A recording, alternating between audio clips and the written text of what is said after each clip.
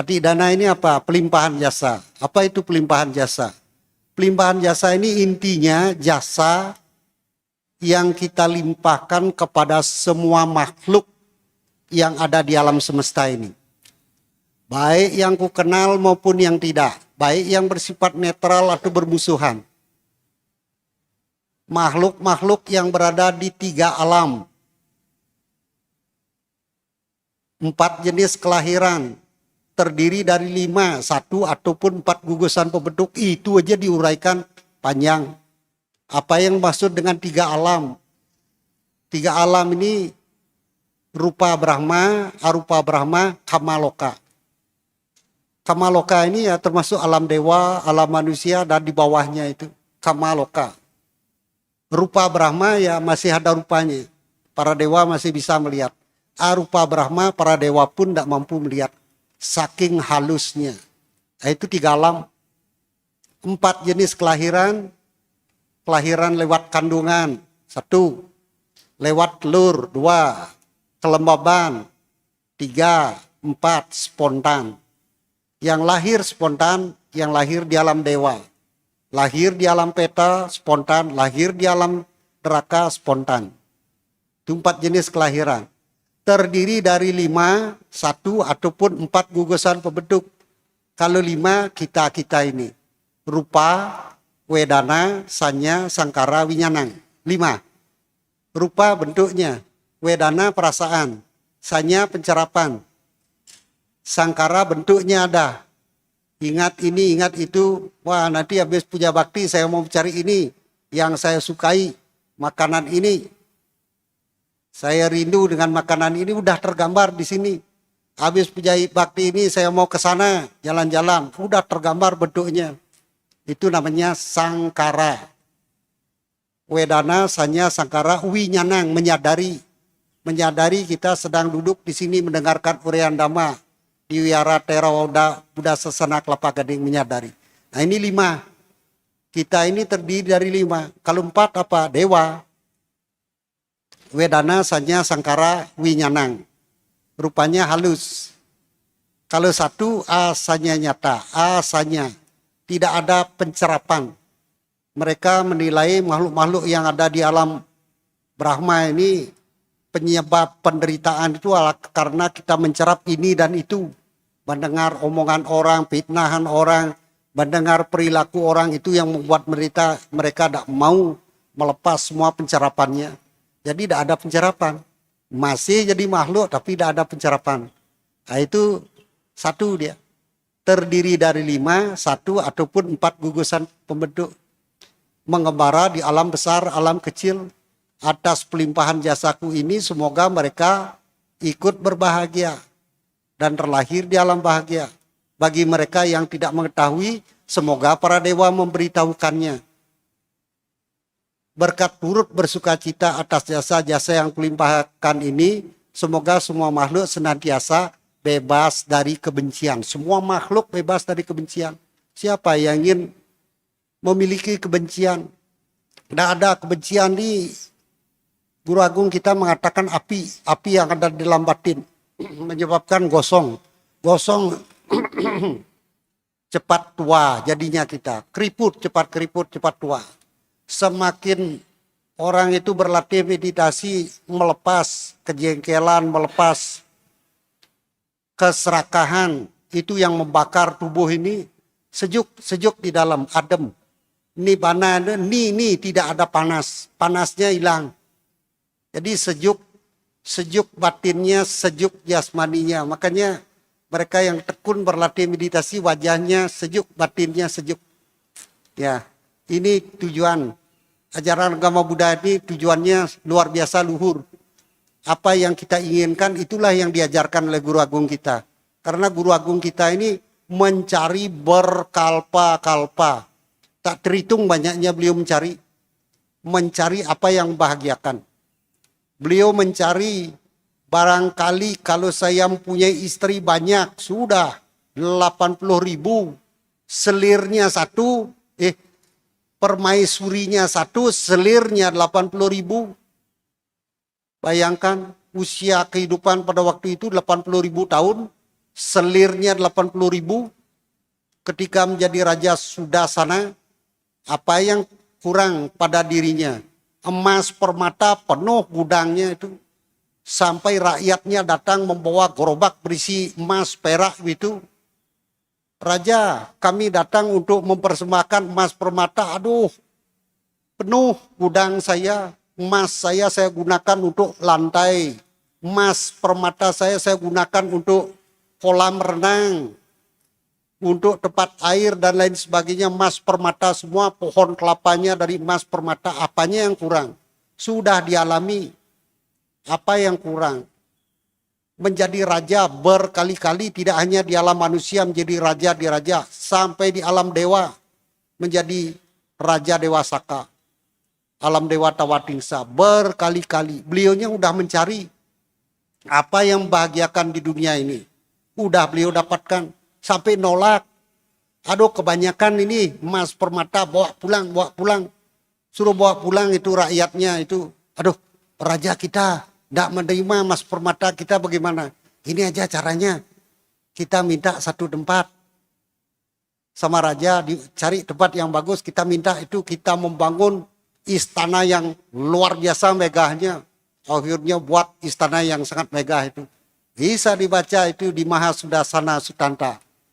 Ceritanya luar biasa. Sampai kaget. Ini tuh yang dicari. Sudah didapatkan semua. Itu namanya kebahagiaan duniawi. Beliau sudah berapa kali menjadi raja di alam manusia. Raja di raja. Raja Cakawati. Udah berkali-kali. Nah, itu namanya kebahagiaan duniawi. Harta kekayaan melimpah. Wajah cantik ganteng. Menjadi penguasa. Memiliki pengikut yang banyak. Usia panjang. Keinginan terwujud jadi kenyataan. Itu duniawi semua. Semuanya duniawi, tidak kekal. Masih bisa merosot, masih bisa lahir di alam binatang, masih bisa lahir alam peta. Ya, alam peta kelaparan, kehausan. Masih bisa lahir di alam neraka. Hidup kita kalau ingin aman, satu ini. Harus mencapai maga pala sotapana. Supaya tidak jatuh ke alam rendah. Jangankan alam rendah, alam manusia aja kadang. Ini Sang Buddha tadi ngobrol-ngobrol di sana, 95% lebih isinya itu dihitung oleh Sang Buddha itu, isinya penderitaan doang. 5% kurang isinya kebahagiaan. Hidup kita ini lebih banyak menderitanya daripada bahagianya. Ya, lebih banyak menderitanya. Sering-sering pikiran ada bisa tidur, itu gangguannya luar biasa. Makan tidak enak, itu gangguannya luar biasa. Ya, jadi kalau duduk meditasi tenang gitu, ini tuh gangguannya luar biasa. Harus dilepaskan, kembali ke jasmani, rileks, lagi muncul. Kenapa begitu berkali-kali? Karena kita melakukan berkali-kali. Di alam peta bagaimana Banti? Di alam peta tidak ada makanan, tidak ada minuman. Setiap hari, setiap saat sanak saudara kita yang terlahir di alam peta, kelaparan, kehausan. Di sana ada mantan mama, mantan papa, mantan kakek, mantan nenek, mantan istri, mantan suami, mantan cucu, dan lain sebagainya. Apa tega kita membiarkan mereka kelaparan, kehausan di alam peta? Udah Banti, sembahyang cengbeng sudah, coki sudah, cioko sudah. Tapi nyatanya mereka masih berada di sana, alam peta. Terus bagaimana caranya? Di alam peta itu pertanian tidak ada. Perkebunan tidak ada. Peternakan tidak ada. Perdagangan tidak ada. Pertanian tidak ada. Padi tidak ada. Tidak ada yang mengolah tanah sawah. Tidak ada yang menanam bibit. Tidak ada yang memanen padi. Jadi beras tidak ada. Kalau lahir di alam peta ingin nasi uduk, tidak ada. Nasi goreng kesukaan saya tidak ada. Jangankan nasi berbagai macam makanan tidak ada di sana. Ya. Kenapa orang bisa lahir di alam peta? Orang lahir di alam peta karena melanggar 5 ini. Sila yang 5 yang tadi dibacakan itu, 5 sila membunuh untuk mendapatkan enaknya. mencuri untuk mendapatkan enaknya, kamesu untuk mendapatkan enaknya, musawadah untuk mendapatkan enaknya, minum minuman yang memabukkan untuk mendapatkan enaknya. Nah itu loba modal terlahir di alam peta. Melanggar 5 sila modal terlahir di alam peta. Didasari kesenangan. Kalau melanggar 5 sila didasari kejengkelan, kebencian, lebih rendah lagi. Modal terlahir di alam neraka. Oleh karena itu 5 sila ini perlu kita praktekkan. Manfaatnya apa? Dia lahir lagi di alam manusia lebih baik keadaannya. Lebih cantik, lebih ganteng. Rezekinya mengalir deras. Tubuhnya sehat. Kalau silanya lebih bagus, silena sugating yanti. Dengan mempraktekkan sila terlahir di alam bahagia. Alam sorga. Begitu. Jadi kita berusaha mempraktekkan sila. Tugas hidup kita hanya satu saja. Yang satu ini perlu diingat. Jangan dilupakan. Apa yang satu ini? Kusalasu pasampada. Senantiasa melakukan perbuatan baik. Senantiasa melakukan perbuatan yang membahagiakan. Senantiasa melakukan perbuatan benar. Hanya itu. Kepada siapa? Kepada siapapun. Termasuk orang yang kita benci. Ini yang berat. Masa memaafkan orang yang dibenci, aduh sorry, berat. Itu tugas kita. Berat awalnya, tapi lama-lama, apalagi orang yang dibenci senyum dia, waduh, sejuk rasanya dada. Itu meditasi. Meditasi tidak hanya duduk itu kencang kaku seperti patung begitu. Kalau pencapaiannya sudah maju, duduknya diam seperti patung gitu, itu pencapaian namanya. Kalau dipaksa-paksa duduk itu habis duduk kayak patung begitu, pegal semua, sakit, kesemutan. Itu memaksakan diri, itu namanya menyiksa diri. Meditasi itu tidak hanya duduk kencang begini, meditasi bisa berdiri, bisa jalan, bisa duduk, bisa berbaring. Aduh, kalau sudah umur gini bagaimana meditasi? Aduh, ya berbaring ya. Duduk di kursi yang empuk itu boleh. Pakai bantal boleh, boleh. Saya biasa tangannya pakai bantal, boleh. Yang tidak boleh apa ngorok. Setelah duduk meditasi pakai bantal ngorok begitu, mana meditasi namanya itu? Ya, meditasi ini enak. Meditasi ini membuat batin kita sejuk. Malas meditasi, duduknya kencang. Jangan menyiksa diri. Ya. Rasa sakit dilawan sampai cengar-cengir gitu, itu meditasi apa? Meditasi cengar-cengir. Ya, sakit ya dilepaskan toh, biarkan dia pergi. Pegal bagaimana berarti? Ya dilepaskan, biarkan dia pergi. Jengkel bagaimana? Ya lepaskan, biar dia pergi. Kepingin itu lagi meditasi, berarti pingin makanan yang haus ya biarkan dia pergi. Terima apa adanya ya. Di tempat retret disediakan itu. Vegetarian ya makan vegetarian, kalau tidak vegetarian ya makan yang tidak vegetarian, ya ikuti peraturan pada waktu meditasi, ya meditasi ini paling enak. Kalau dikasih petunjuk berdiri 8 jam, aduh itu menyiksa diri itu. Kalau dia bisa berdiri nyaman selama 8 jam, bagus. Kalau dia menyiksa diri selama 8 jam dengan berdiri, ya itu menyiksa diri namanya, beda ya. Ada yang berdiri mampu 8 jam, tidak ada rasa sakit, itu pencapaian, bagus. Tetapi harus berusaha, semuanya harus berusaha. Nah ini sampai melenceng jauh ini, membicarakan patidana jauh melencengnya, tapi masih ada kaitan dengan cengbeng. Kita perlu mengetahui cengbeng patidana ini seperti tadi, kepada semua makhluk yang ada di alam semesta. Semoga mereka ikut berbahagia dan terlahir di alam bahagia. Luar biasa. Apa yang diajarkan oleh Guru Agung kita memang begitu apa adanya. Beliaunya tidak promosi supaya umatnya banyak, supaya bagaimana, tidak ada. Karena sudah dialami semua. menjadi orang yang terkaya di seluruh dunia, menjadi penguasa di dunia sudah dialami semua. Apa yang diinginkan orang-orang sudah dia alami. Jadi satu tujuannya dia tidak lagi mengalami penderitaan. Kalau saya tanya ini siapa yang mau menderita? Tidak ada. Siapa yang mau bahagia? Semuanya mau bahagia. Nah, itulah yang diajarkan oleh guru agung kita. Selama 7 bulan saya dalam hutan itu saya sambil meditasi, sambil baca buku, sambil merenungkan, sambil menggenang air mata ini, membaca ajaran begini yang diajarkan oleh guru agung kita. Luhur sekali. Apa yang kita inginkan itulah yang diajarkan oleh guru agung kita. Tripitaka ini isinya resep-resep kebahagiaan. Mau kaya ada resepnya, mau cantik ada resepnya.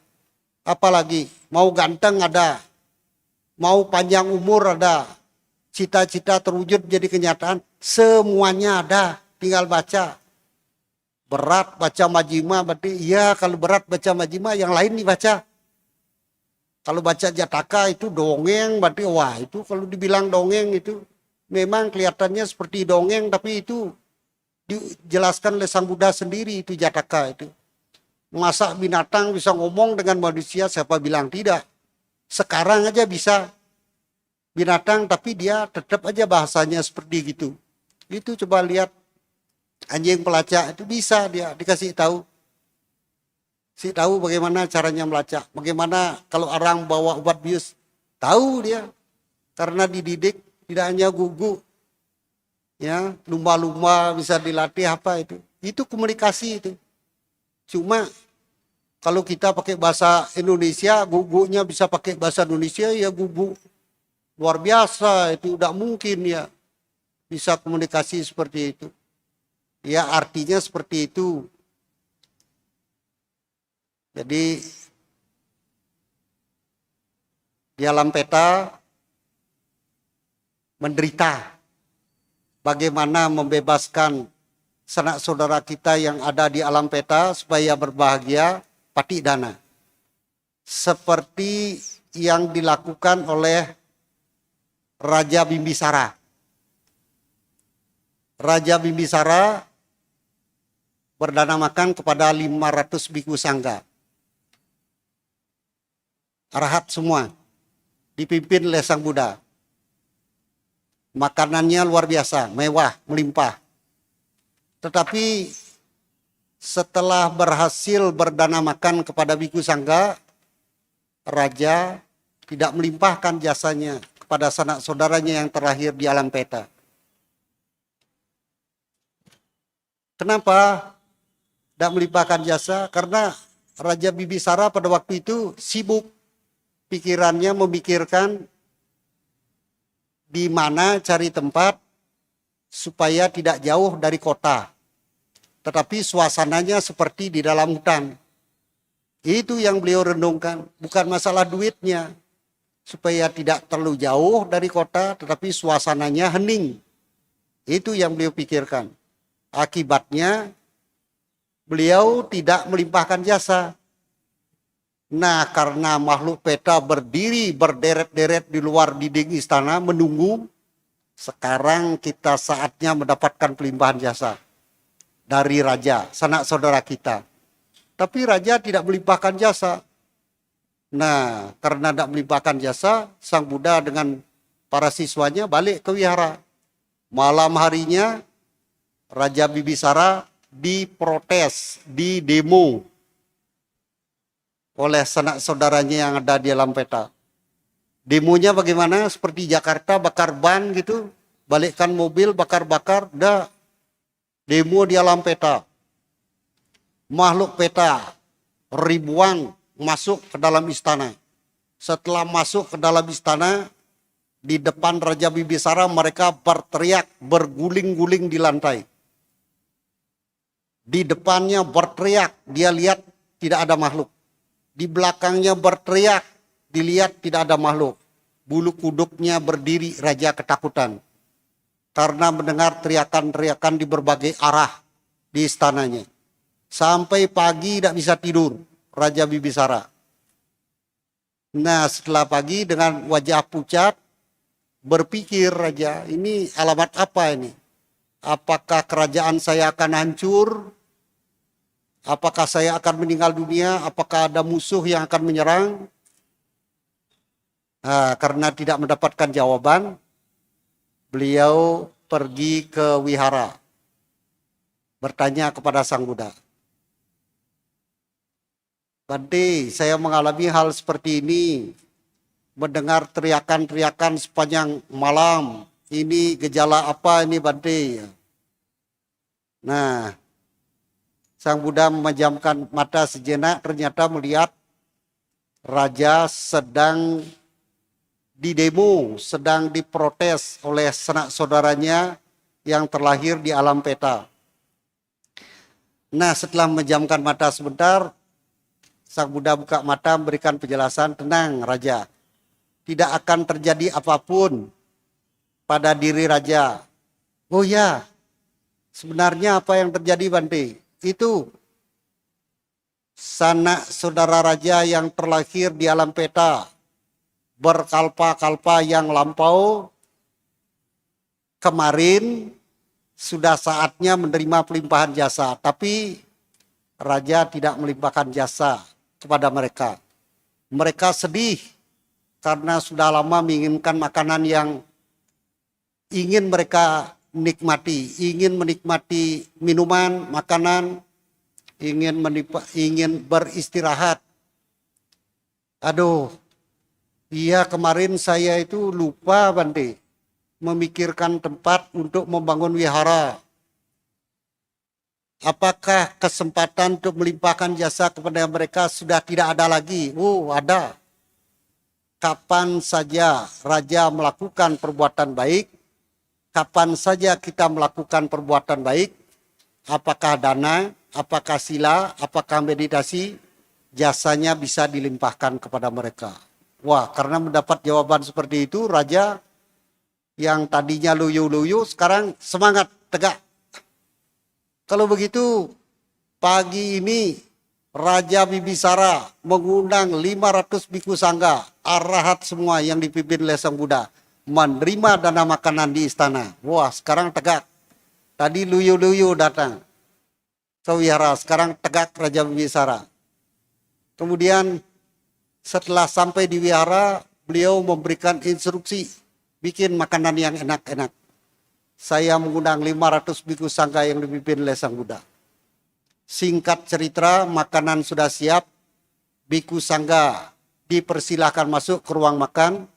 Begitu masuk ke ruang makan, Sang Buddha melihat makhluk peta berdiri di luar dinding berderet-deret, jumlahnya sangat banyak. Tapi raja tidak melihat. Orang-orang yang ada di istana tidak mampu melihat karena mereka malu halus. Dengan kesaktiannya, dengan idinya, dengan kekuatan gaibnya, Sang Buddha membuka tabir. Begitu tabir yang menutupi mereka itu dibuka, raja mampu melihat makhluk-makhluk peta itu, jumlahnya luar biasa. Orang-orang yang berada di dalam istana melihat semua makhluk peta. Mata merah, kulit keriput, rambut kusut. Tidak ada daging, hanya kulit pembalut tulang. Mereka berdiri, tidak capek berdiri terus, tidak. Karena mereka makhluk halus, ringan. Berdiri, menunggu dengan berdiri. Nah, setelah melihat, Sang Buddha Biku Sangga duduk. Setelah duduk, nah makhluk peta pegang leher. Wah, ini semua makhluk peta pegang leher. Haus ya, mereka mengangguk. Nah, karena haus, raja mengambil 1 gelas air. Bante, mereka haus semua, gimana caranya air ini sampai ke tangan mereka? Tolong Bante. Begitu air itu diterima oleh Sang Buddha, di alam peta berapa gelas air muncul di alam peta? 1 gelas, 2 gelas, 1000 gelas. Di alam peta saat itu juga muncul kolam-kolam bersudut segi 4. Seperti seukuran lapangan sepak bola. Di permukaannya tumbuh bunga teratai, bunga lili, airnya jernih. Sejernih kaca, sehingga dasarnya kelihatan. makhluk-makhluk peta melihat tidak hanya satu kolam air, banyak kolam-kolam air muncul. Begitu raja mempersembahkan 1 gelas air kepada Sang Buddha. Nah, karena melihat air banyak, mereka haus, mereka senok dengan kedua tangannya. Begitu disenok dengan kedua tangannya, benar air. Aduh, segarnya. Lagi dia nyendok beberapa kali, segarnya. Kemudian dia berpikir, ngapain saya minum air dengan menyendok begini? Kemudian mulutnya dimasukkan sambil wajahnya diusap-usap. Waduh, segarnya. Satu memasukkan mukanya ke dalam kolam air, yang lain ikut-ikutan. Karena terlalu nunduk begitu, akhirnya jatuh. Satu jatuh, yang lainnya ikut nyebur, menyelam. Sambil menyelam, apa lanjutannya sambil menyelam? Minum air, itu pepatah kuno, itu 2500, 2600, berapa itu? 66 tahun yang lampau. Itu makhluk-makhluk petanya begitu terjun ke dalam kolam air sambil minum. Nah, sambil minum, sambil membersihkan badan, rambutnya diusap-usap. Begitu muncul di permukaannya rambutnya yang diusap-usap, rambutnya hilang. Kok hilang? Hilang kusutnya. Kusutnya hilang, jadi rambutnya seperti baru di rebonding. Halus begitu. Matanya diusap-usap juga begitu. Tidak lagi merah, normal. Kulitnya yang keriput seperti kulit kayu. Ketika diusap-usap, kulitnya halus. Seperti kulit bidadari. Nah, dia muncul ke permukaan. Semuanya pada naik makhluk petanya. Rambutnya sudah halus, kulitnya halus, matanya sudah normal. Tetapi apa Bapak Ibu? Perutnya kempes, belum makan. Sekarang makhluk petanya pegang perut. Semua makhluk peta pegang perut. Wah, lapar ya. Mereka ngangguk. Nanti mereka pada lapar semua ini. Tolong bubur beras ini. Bagaimana caranya supaya sampai ke tangan mereka? Tolong Bante. Minta tolong kepada Sang Buddha. Didanakan kepada Sang Buddha, begitu didanakan, begitu diterima, di alam peta langsung muncul makanan-makanan surgawi. Tidak hanya satu mangkok bubur beras, berbagai macam makanan yang enak-enak. Langsung muncul di alam peta. Wah, karena banyak, mereka tidak rebutan. Mereka makan dengan santai. Setelah makan apa yang terjadi? Tubuhnya padat berisi. Tadi kerempeng. Rambutnya halus, matanya normal, kulitnya mulus. Tapi kerempeng, tulang-tulangnya masih kelihatan. Sekarang tubuhnya padat berisi. Keren dia jadinya.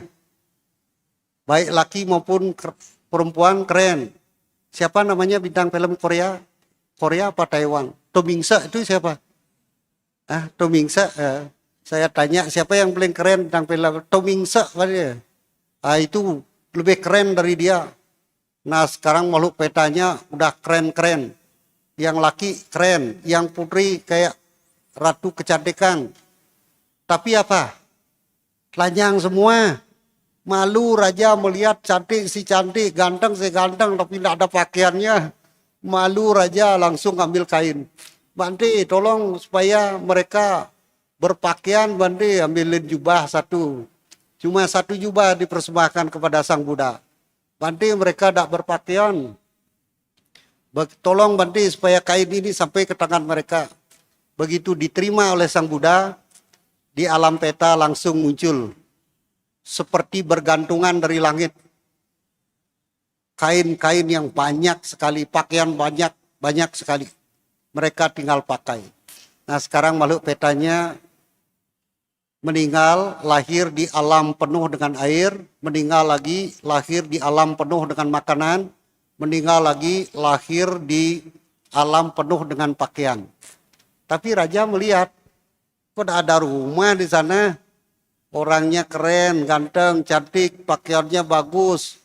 Tubuhnya sekarang udah bersinar. Udah ada rumah di sana, pohon-pohon sudah ada. Ya, kemudian karena melihat tidak ada rumah, Raja Bibisara mempersembahkan aula. Aula kepada Sang Buddha. Begitu aulanya dipersembahkan kepada Sang Buddha, di alam peta langsung muncul Istana Megah. Itu caranya. Istana Megah muncul. Sekarang makhluk petanya berderet-deret. Yang laki berdiri berderet. Perempuan berdiri berderet. Melambaikan tangan kepada Raja Bibisara. Raja, kami mau istirahat. Raja Bibisara meneteskan air mata, bukan sedih, saking bahagianya. Baru tadi krempeng, kurus, kulit pembalut tulang, sekarang udah keren-keren, ganteng-ganteng, pakaian bagus, buru-buru pergi. Ya, begitu Raja Bibisara melambaikan tangan, tadinya makhluk peta sekarang sudah berubah menjadi makhluk surgawi, menjadi dewa, menjadi dewi. Mereka tidak lagi berjalan menuju ke istananya, langsung terbang masuk ke dalam istananya masing-masing. Nah itu Pati Dana. Kemarin di sekolah Narada, Pati Dana. Di sini juga Pati Dana. Di berbagai wihara Pati Dana. Itu sebenarnya itu yang dituju. Kalau sanak saudaranya sudah saatnya menerima pelimpahan jasa, pada waktu diadakan upacara Pati Dana, mereka melihat, yang punya kemampuan itu melihat. Di Bali saya di Singaraja, setiap kali Pati Dana, umat mengelilingi biku setelah berdana makan, bantinya melakukan pelimpahan jasa. Umat dan bikunya itu dikelilingi oleh makhluk peta seperti pemain sepak bola dikelilingi oleh penontonnya satu stadion. Nah, mereka yang dekat sudah saatnya mendapatkan pelimpahan jasa. Tetapi yang jauh gitu melambaikan tangan. Tidak sampai ke sini. Belum saatnya menerima pelimpahan jasa. Jadi sebanyak apapun kita melakukan Pati Dana pelimpahan jasa di ruang makan kepada sanak saudaranya yang terlahir di alam peta tidak pernah kosong dari sanak saudara kita. Termasuk bantinya. Punya sanak saudara yang terlahir di alam peta. Tetapi pelimpahan jasa Pati Dana ini tidak hanya dikhususkan untuk makhluk peta. Tetapi Pati Dana ini spesialnya bisa dipakai untuk menolong sanak saudara kita yang terlahir di alam peta bisa langsung lahir di alam sorga. Itu spesialnya. Ini Pati Dana ini kepada semua makhluk yang ada di alam semesta. Seperti tadi dijelaskan. Itu definisinya. Nanti boleh dilihat. Buku Parita Biru halaman 122, di sana tulisannya Pati Dana. Bahasa Palinya punya sidani kata sa, yanan yani kata niwe. Itu kalau di bahasa Indonesianya dibaca nanti. Semoga jasa-jasa yang kulakukan kini atau di waktu yang lain, jasanya melimpah kepada semua makhluk. Tiada batas, tiada hingga. Yakni kepada mereka yang kuasihi, seperti ayah dan ibuku, kepada mereka yang kukenal ataupun yang tidak. Kepada mereka yang bersikap netral atau bermusuhan. Jadi luas sekali. Pati Dana ini bukan hanya untuk makhluk peta, tetapi spesial. Bisa menolong sanak saudara yang terlahir di alam peta, bisa terlahir di alam bahagia, alam dewa. Itu kehebatan Pati Dana. Sang Buddha ini mengajarkan yang terbaik. Nah kalau tidak ada zamannya Sang Buddha, kita terima apa adanya dari leluhur-leluhur kita, tradisi sembahyang cengbeng. Apakah cengbeng perlu ditiadakan karena sudah ada Pati Dana? Jangan. Dari cengbeng ini kita tahu ajaran Sang Buddha itu bagaimana. Ajaran Sang Buddha ini menyebarnya mulai dari kelenteng-kelenteng. Akhirnya muncul wihara Theravada Buddha Sasana Kelapa Gading. Awalnya ya di kelenteng-kelenteng itu diajarkan Dhamma itu. Ya. Jadi kita perlu pelajari tradisi dengan menggunakan kacamata Buddhis. Bukannya cengbeng itu tidak ada artinya, itu cengbeng itu luar biasa. Dulu saya sebelum jadi biku ya tiap cengbeng ya ikut sembahyang. Makanannya hauce kenapa sih? Ya, ada babi guling, ada babi kecap, ada berbagai macam makanan yang hauce. Kalau arak lokal dah enak diganti dengan arak import. Johnny Walker kan enak. Habis makan tempat sembahyangnya di kuburan di pegunungan. Sampai di sana kedinginan. Belum nyampe aja udah tercium bau masakan babi guling. Apalagi sudah sembahyang. Udah Pak Pue belum? Udah Pak Pue belum? Tanyanya gitu aja. Mau ngambil makanan yang enak-enak rebutan dengan adik-adik, dengan kakak, cici dan lain sebagainya. Makanannya enak semua. Kok dihapus? Malah tradisi ini tradisi bagus. Kalau di Bali 15 hari sebelum cengbeng udah boleh sembahyang. Kalau model Medan 10 hari sebelum, 10 hari sesudahnya masih. Nah, itu baru kemarin di Medan baru selesai. Tanggal 15. Kalau tanggal 5 cengbeng 10 hari sesudahnya masih boleh. Kalau di Bali setelah tanggal 5 sudah tidak mau, udah lewat cengbengnya. Tapi sebelumnya 15 hari sebelumnya udah sembahyang mereka. Nah itu cengbeng. Coki juga sama. Ciuku juga sama. Yang paling ampuh pati dana. Tradisi tetap dijalankan supaya kita memahami tradisi bagaimana menurut ajaran agama Buddha bagaimana. Itu yang paling bagus. Sabi Sata Bontus Kitata, semoga semua makhluk hidupnya berbahagia.